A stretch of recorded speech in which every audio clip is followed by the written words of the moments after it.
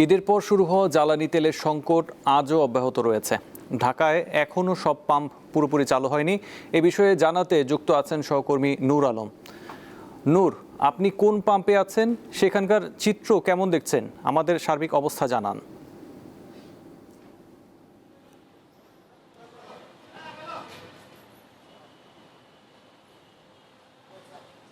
হ্যাঁ আসিফ, আপনি জানেন যে পবিত্র ঈদুল ফিতরের পরবর্তী আজকে সরকারি ছুটির দিন, এবং সেক্ষেত্রে রাজধানীর যে চিত্র সেটা একেবারেই আসলে সেই পুরনো রূপে কিন্তু ফিরতে শুরু করেছে। তবে আপনি জানেন যে তেলের যে সংকট, সেই সংকট কিন্তু বেশ কয়েকদিন ধরেই কিন্তু আসলে রাজধানী সহ সারা দেশেই চলছে। সেক্ষেত্রে আমরা এই মুহূর্তে রয়েছি যে মহাখালী যে তসিফা তেল পাম্প সেখানেই রয়েছে। অথবা আমি সকাল থেকে কিন্তু রাজধানীর বেশ কয়েকটি তেলের পাম্পে আমি ঘুরেছি। আসলে সেখানকার যদি সার্বিক যে পরিস্থিতি বা চিত্র যদি আপনাকে একটু বলতে চাই, যে প্রতিটি তেলের পাম্প যে তারা রয়েছে আসলে সেখানে কিন্তু তেল দিচ্ছে না, অর্থাৎ তেলের বন্ধ। তবে আমরা এখানে এসে যে তেলের পাম্পটিতে রয়েছে সেখানে কিন্তু আসলে তেল দিচ্ছে, তবে সেটা রেশনিং পদ্ধতি, অর্থাৎ সরকার কিন্তু বলেছে যে যেহেতু রেশনিং পদ্ধতির মাধ্যমেই কিন্তু আসলে প্রতিটি যানবাহন তেল নিচ্ছে এখান থেকে। এবং আগের মতোই clean. Berger easy clean fresh,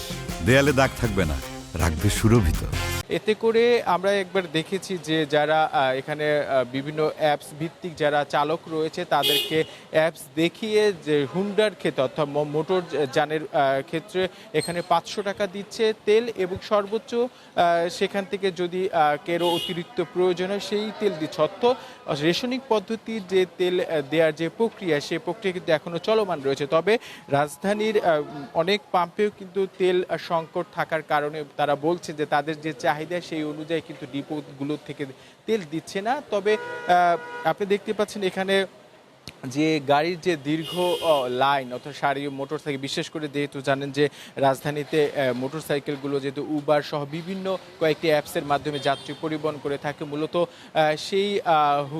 সেই যানবাহনগুলোই কিন্তু তেল নেওয়ার জন্য আছে। তবে আমরা এখানে যারা ক্রেতা বা তেল নিচ্ছে, যারা ভোক্তা, তাদের সাথে কথা বলেছি। তারা বলছে যে আসলে দীর্ঘ 2 থেকে 3 ঘন্টা লাইন অপেক্ষা করি তাদের যে কাঙ্ক্ষিত যে তাদের যে প্রয়োজন মতো যে তেল তারা কিন্তু সেটা পাচ্ছে। তবে সেক্ষেত্রে আমরা এখানে যারা পাম্প কর্তৃপক্ষ রয়েছে তাদের সাথে কথা বলেছি। তবে সেই সংকট তারা বলছে যে যেহেতু তাদেরকে পরিমাণ মতো তেল দিচ্ছে, সেই অনুযায়ী তারা যেন প্রতিটি যানবাহন যেন তেল পায় সেই ব্যবস্থাও কিন্তু তারা নিচ্ছেন।